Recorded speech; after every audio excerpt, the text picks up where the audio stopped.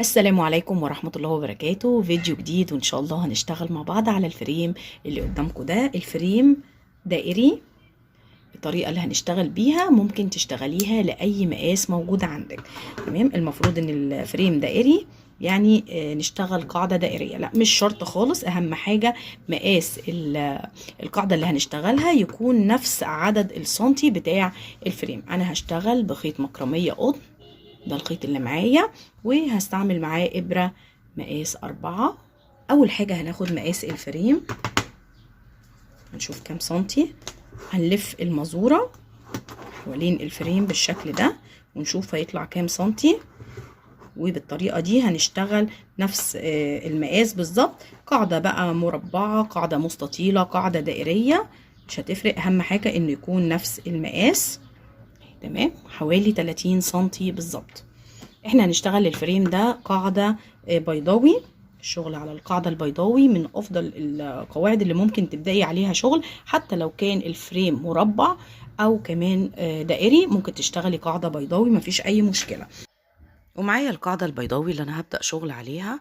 القاعدة ليها فيديو شرح بالتفصيل على القناة، هحط لكم اللينك في صندوق الوصف، وكمان هتلاقوه في اول تعليق على الفيديو. انا بدأت القاعدة بتاعتي ب9 غرز واشتغلت عليها 5 سطور، ووصلت بمقاس دوران القاعدة لنفس دوران الفريم اللي هو 30 سنتي. هاخد سلسلة ارتفاع، هاجي في نفس المكان او الغرزة اللي انا قفلت فيها في الحلقة الخلفية، هدخل وهشتغل غرزة حشو. اللي بعديها كمان غرزة حشو في الحلقة الخلفية، وكل غرزة هتقابلني على دوران القاعدة هشتغل فيها غرزة حشو، لكن في الحلقة الخلفية علشان ده هيكون الأساس بتاعي اللي هشتغل عليه، وده السطر اللي بيفصل القاعدة عن باقي جسم البوك اللي أنا هشتغله. كمل شغل على دوران القاعدة بغرزة حشو في الحلقة الخلفية، ونرجع نقفل السطر ونبدأ شغل بالغرزة بتاعتنا. اشتغلت على دوران القاعدة كله بغرزة الحشو في الحلقة الخلفية الشكل بقى كده. دي آخر غرزة، هقفل السطر بمنزلقة في أول غرزة. بعد كده هاخد سلسلة ارتفاع عشان نبدأ شغل بالغرزة بتاعتنا وهي غرزة الياسمين. بعد سلسلة الارتفاع هريح الحلقة اللي على الإبرة كده شوية، ومن غير ما ألف الغرزة تاني هنزل لنفس المكان اللي أنا قفلت فيه أو أول غرزة. هسحب الخيط، أشده شوية كده، هلف وهعدي غرزة فاضية وهاجي على التانية هدخل فيها وهسحب الخيط بتاعي. معايا 4 حلقات على الإبرة، همسك الخيط من هنا وهطلع من ال4 حلقات اللي على الإبرة مرة واحدة، هرجع للحلقة اللي أنا ماسكاها، هسحب وهطلع منزلقة من الحلقة اللي على الإبرة. بعد كده هاخد سلسلة ارتفاع، هاجي للمكان اللي أنا جمعت فيه الحلقات أو غرزة المنزلقة، هنزل فيه، هسحب الخيط، هريحه كده، هلف مرة، هاجي لنفس المكان اللي أنا سحبت منه قبل كده، اللي هو آخر غرزة سحبت منها الحلقات دي، بتكون غرزة مشتركة. هسحب منها مرة تانية، هلف الخيط، هسيب اللي بعدها فاضية وهاجي على التانية هسحب الخيط. معايا 6 حلقات على الإبرة، همسك الخيط بتاعي من هنا، هطلع من الحلقات اللي على الإبرة كلها مرة واحدة، هرجع للحلقة اللي أنا ماسكاها أهي على صباعي أهي، هدخل فيها، هسحب وهطلع منزلقة من الحلقة اللي على الإبرة. بعد كده هاخد سلسلة، ريح الخيط شوية، من غير ما ألف هنزل لمركز الوردة. عايزة تعلمي مركز أول وردة علشان ده المكان اللي هنقفل فيه، عشان ما تتلخبطيش مفيش مشكلة. أهو أول مركز اشتغلنا فيه، ده المكان اللي هنقفل فيه السطر. بعد كده بعد السلسلة اللي أخدناها شد الخيط شوية، من غير ما ألف هرجع لمركز الوردة بتاعتي، هدخل فيه، هسحب الخيط، هلف مرة المكان اللي أنا سحبت منه آخر مرة هسحب منه تاني، هلف مرة تانية، أسيب غرزة فاضية وهاجي على اللي بعدها هدخل وهسحب الخيط، همسك الخيط من هنا وهطلع من الحلقات اللي على الإبرة كلها مرة واحدة. الحلقة اللي أنا ماسكاها بإيدي هنا أنا ما سبتهاش لسه، هرجع أدخل فيها كده هسحب منها الخيط، ومن الحلقة اللي على الإبرة هطلع منزلقة وهاخد سلسلة. بصوا الشكل كده. ده السطر الأول من غرزة الياسمين، هكمله بنفس الطريقة وهنرجع نقفل السطر مع بعض. وصلت لنهاية السطر الأول، العلامة بتاعتي اهي، اشتغلت آخر غرزة وقفلتها بنفس الطريقة. بعد ما جمعت الحلقات بغرزة منزلقة اشتغلت سلسلة كأني هشتغل غرزة جديدة. خلاص هنشيل العلامة بتاعتنا، هندخل في نفس المكان اللي جمعنا فيه الحلقات، هنسحب الخيط شوية كده وهنيجي على المركز اللي كان فيه العلامة، هدخل فيه هسحب الخيط وهطلع منزلقة من الحلقتين اللي على الإبرة كده. كده السطر اتقفل معايا. هاخد سلسلة ارتفاع بداية السطر التاني، شد الخيط شوية كده وهنزل لمركز أول وردة هنا أو المكان اللي أنا قفلت فيه، هسحب الخيط مرة تانية، هلف وهروح على المركز اللي بعده هسحب منه مرة. دي الغرزة الأولى، بسحب من مكانين غير بعض. الغرز بعد كده في باقي السطر بسحب من 3 أماكن.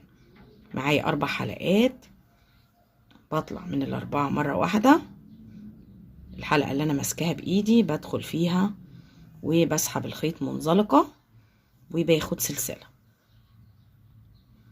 الغرزة اللي بعدها طبعا بتعلمي أول مركز في السطر أو أول مكان جمعتي فيه الحلقات بمنزلقة، عشان ده هيكون نهاية السطر أو المكان اللي أنا هقفل فيه في آخر السطر.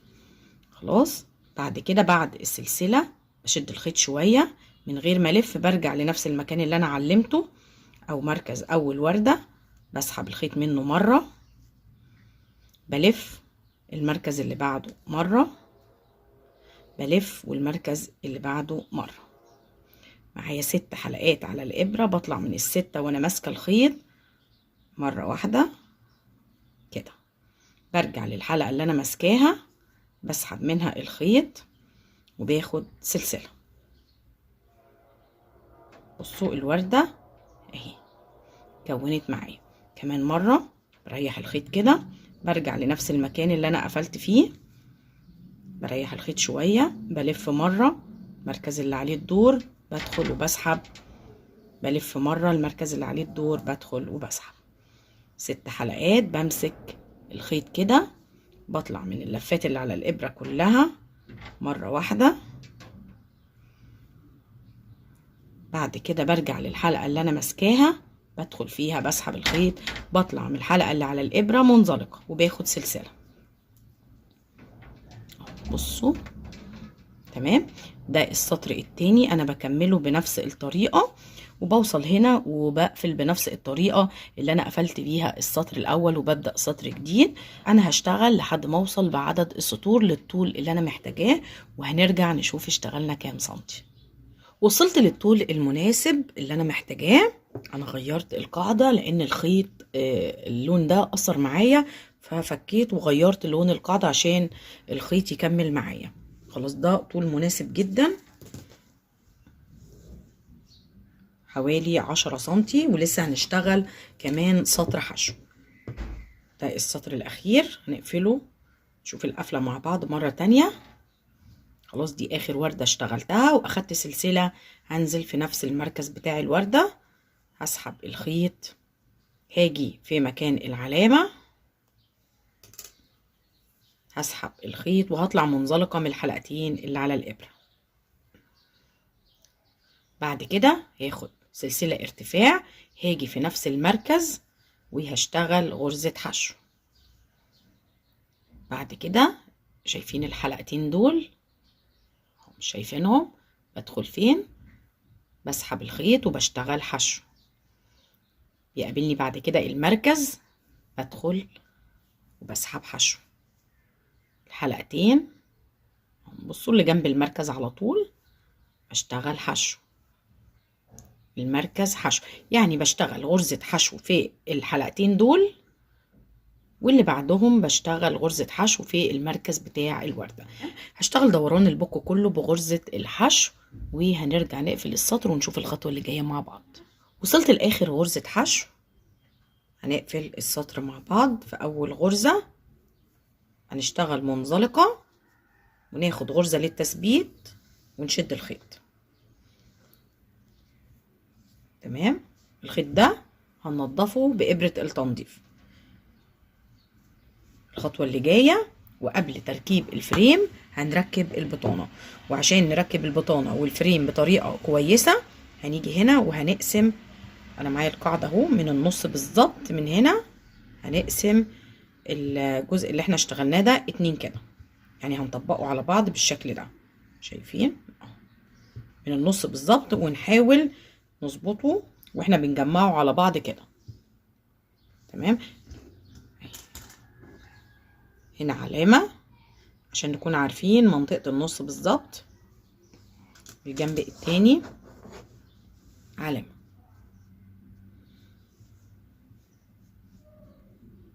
نحاول نظبط كده. معايا البطانة اللي انا هركبها، انا قصيتها مقاس الجزء اللي انا اشتغلته وعملتها زي الكيس، خيطتها من الجنبين وجيت على الجنب اللي تحت ده او البوز بتاع القماش من هنا خيطته كده بالشكل ده، عشان لما نفتح البطانة من جوه تكون اخده شكل الشنطة شوية بالشكل ده. خلاص هنتني تانية بسيطة من هنا كده، نظبط التانية ان الجنبين يكونوا مقاس واحد اهي. وهنجيب البوك بتاعنا، هندخل البطانة كده وهنحاول نظبط مقاس الطول بتاع البطانة، يعني نتني لحد المقاس ما يكون مظبوط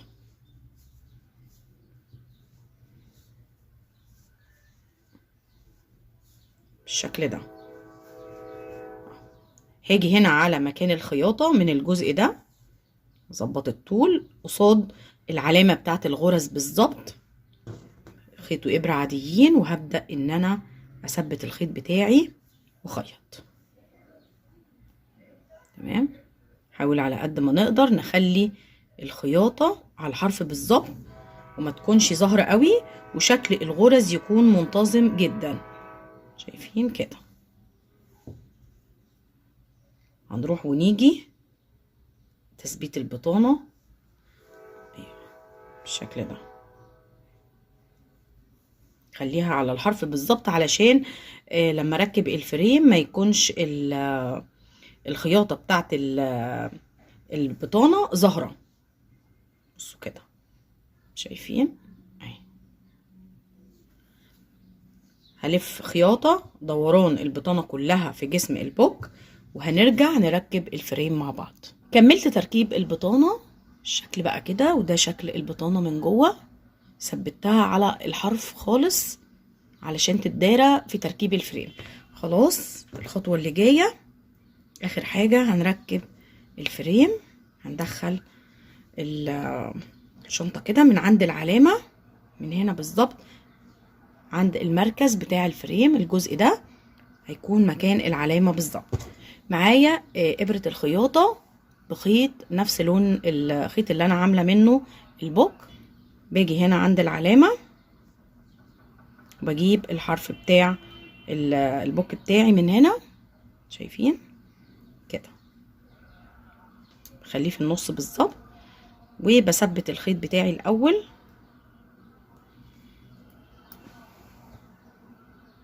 وببدأ ان انا اخيط في الفتحات بتاعة الفريم. بصوا بدخل الخيط فين، او الجزء اللي فوق بتاع البوك اهو، شايفين؟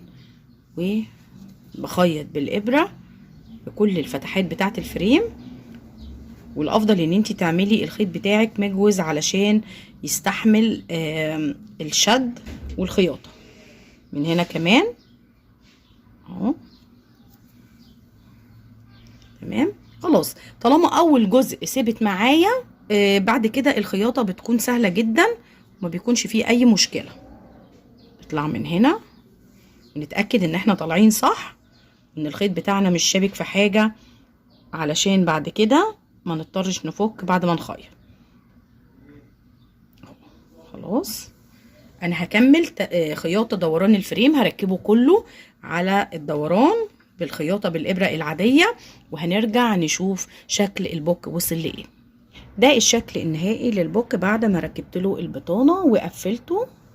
بصوا شكله جميل ازاي، شكل القاعدة اهي، الغرزة من قريب، غرزة سهلة وبسيطة جدا. البوك ما بياخدش وقت، حجمه زي ما انتوا شايفين صغير. كمية الخيط اللي اخدها البوك 120 جرام تقريبا اهي، بالقاعدة بكل حاجة. تمام، شكل البطانة من جوه، ومع حجم البوك الصغير لكن واسع من جوه. انا معايا السلسلة دي سلسلة صغيرة اهي، مناسبة لحجم البوك بتاعي. بصوا جميلة ازاي، مجدولة بطريقة حلوة قوي، او الجنش بتاعها بصوا صغير خالص. خلاص، او المكان اللي بيتركب فيه السلسلة او الحلقة الصغيرة دي اهي، من الجنب التاني اهي. تمام،